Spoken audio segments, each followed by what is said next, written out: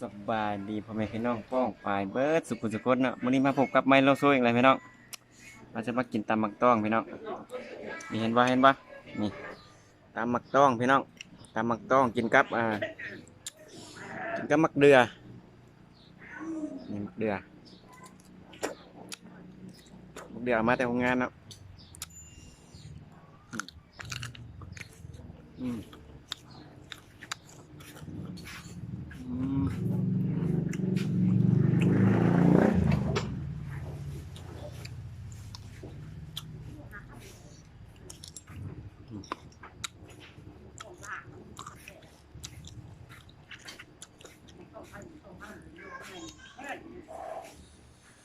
เดี๋ยวอืม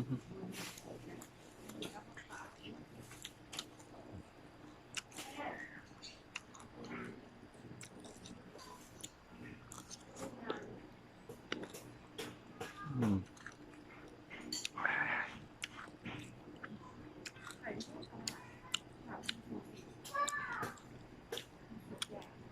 เคยกินบ่พี่น้อง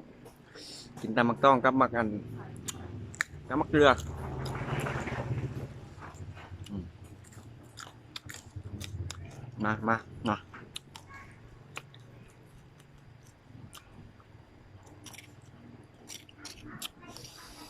อ่าปูเรื่องปูอืม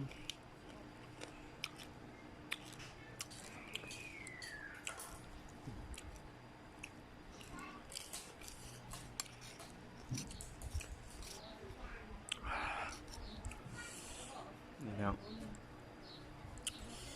มาอืม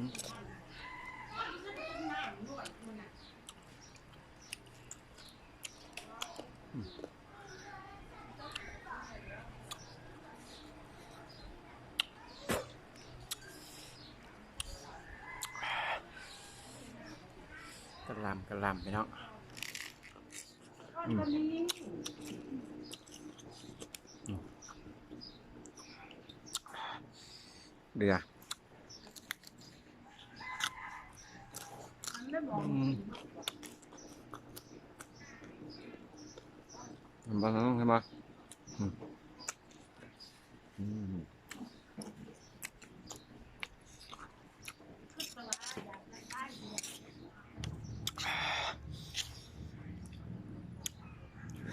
นี่เป็นไงบ่นี่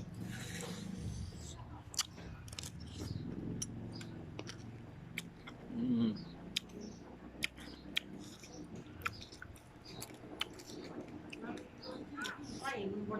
ก็เลิกเวียกมาพี่น้องเลิกเวียกมานำยังบ่ทันอาบนี่แบบ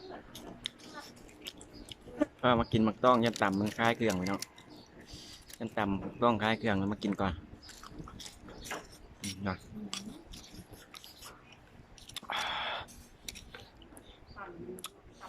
นี่พี่น้องเห็นบ่ปูซี่กระเดยขากับปูเห็นบ่อืม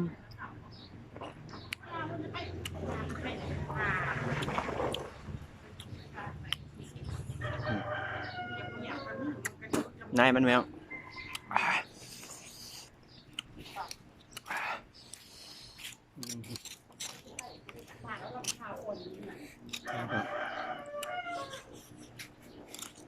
อืม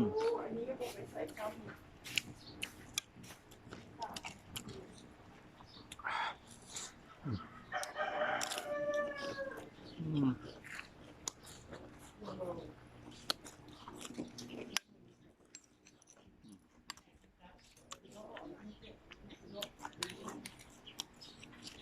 อืมเนาะอืมขาดคืดพี่น้อง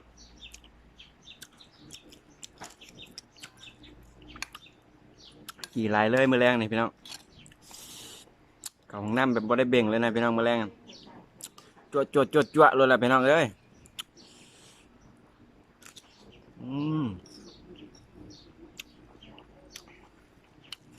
อืม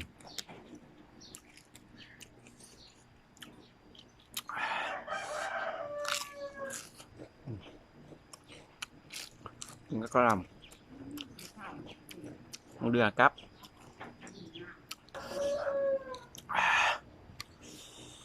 เดือมักเดือมักเดือนี่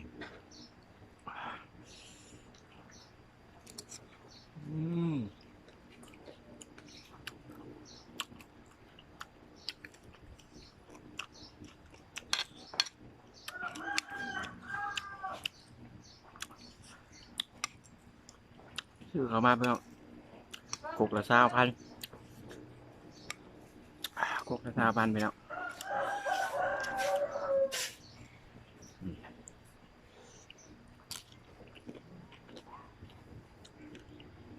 มดยังมดมด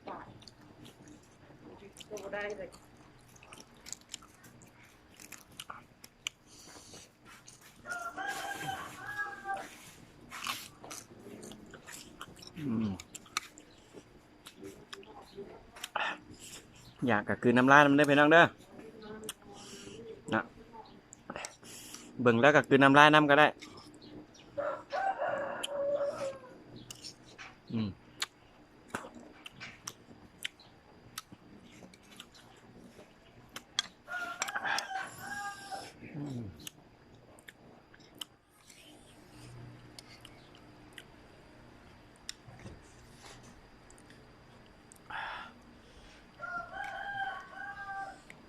คือน้ำลายน้ำก็ได้นะเพียงเนาะ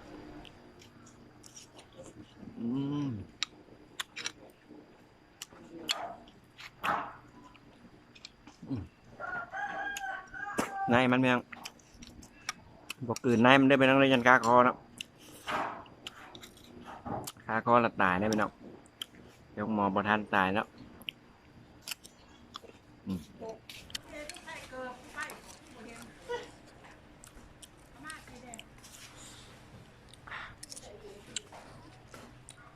ไม่ต้องขอบใจที่เบิ่งกันนะเพียงเนาะจะละลายฝากติดตามกดไลค์กดแชร์ในเพียงเด้อเอาขอจบคลิปวันนี้พี่น้องบ๊ายบาย